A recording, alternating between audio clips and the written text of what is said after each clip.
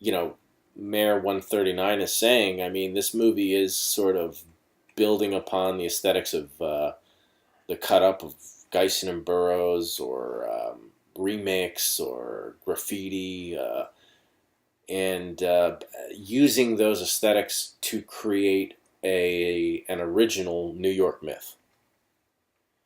Um, and a kind of meta entity or character, um, a mimetic entity, you know. This again, like to discuss the Cardero and as not just some sort of a Spinal Tap, cheap copy of a band or an artist that's already out there, but as an original idea that's being presented through a pseudo documentary. Um, Even this like Mr. Brainwash thing from the Exit Through the Gift Shop movie. I mean, ultimately, what is he really doing? It's just sort of like, what's the point of that to you? I don't even remember what that was about. Okay, I mean, you know the movie. You've seen the I movie. saw it, but I don't remember.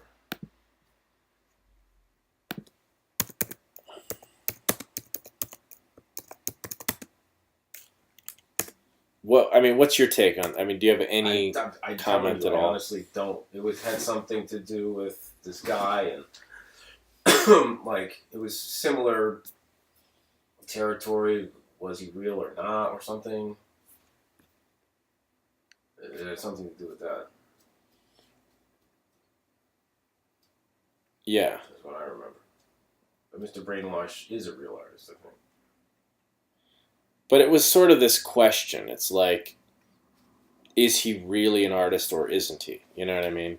It's this sort of Oh, it was he was a guy who was going around documenting street art, yeah, and then he wanted to become a street artist. right. But I don't remember what the like, you know, mystery was, or whatever. Like, or Well, not it's mystery, but like what was, I don't remember what it was about. Like, because I think Mr. Brainwash is an actual person. I guess he may be.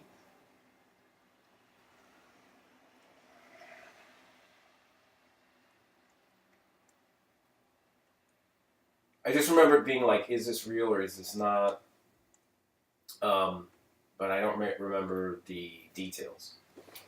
It's basically that he becomes a graffiti artist himself, and it's sort of like this question of like, is he just this sort of obsessive fan of graffiti art, or is he really an artist? And it's sort of this question of who's really an artist Well, it almost. seemed more like that. Not is this a hoax or? And that question to me is, uh, it's not even a question. Right, He's making art. He's an artist. right. I mean, so that movie's kind of pointless. Whereas this movie, and then you've got like Spinal Tap, where you've got, oh, they're not. I really don't like Spinal Tap. I mean, I think it's a great, like a classic, but I don't like this idea of like, of mocking the, shitty artist or something, you know. Yeah. Uh, I may have engaged in it in my life. I'm not saying I'm perfect, but I'm not making a movie like that, and I wouldn't. I just think it's like a very cheap, obvious, dumb thing to do, like a dumbed down kind of lowest common denominator. Like in every scene in Spinal Tap, it's all built on cliches, and you're just meant to like look at these people and laugh, and look at how stupid they are, and look at how stupid they are. There's no insight. There's nothing. That's the most conventional model of this kind of documentary. Then there's this Exit Through the Gift Shop, which asks a redundant question. And then there's this one, which I think is sort of presenting some very interesting concepts and aesthetics, um, and taking them forward. Uh, so, to just get into that, I mean,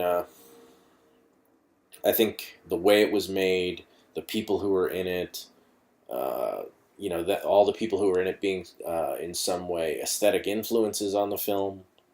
Um, there's so much you could say about this movie and I would like to talk about it. I mean, I think it's important to talk about it because otherwise, like, nobody's gonna think about it. No one's gonna care. And plus, a lot of filmmakers say that they make a movie, they never watch it again, they just move on and do the next thing. But I watch these movies over and over again and sort of notice new things in them and continually learn from them because I don't believe in this idea that an artist has a full conscious intention of what he's doing and he does it just off of some master plan in his mind in this way. I mean, especially the way we've been working with improvisation and spontaneity and serendipity and all this sort of stuff. Um, and then there's, of course, the way that the art is in dialogue with all of the other art that exists and then comes out after. And or you realize something like, oh my God, Lonely Man Beer is like astonishingly similar to Genet's film, and that's not something that was preconceived, but it's so, it's so resonates with that film that like who could deny it? Who would not want to think about that after? And you know what I'm saying? Like, um, I was reading somewhere or some video, some people, I don't remember who, but they, were saying like what, I don't know if they were talking acting or what, but what is authentic is something that does where you don't just have this preconceived idea, where it is organically, evolving. oh yeah, and I just think like the way that we're working on these films and the way that we did with like improv, starting with the Gent and with the other short movies and this kind of thing and plus like being in this area in New York and so much of it kind of building out of that is something to talk about, to really present to people.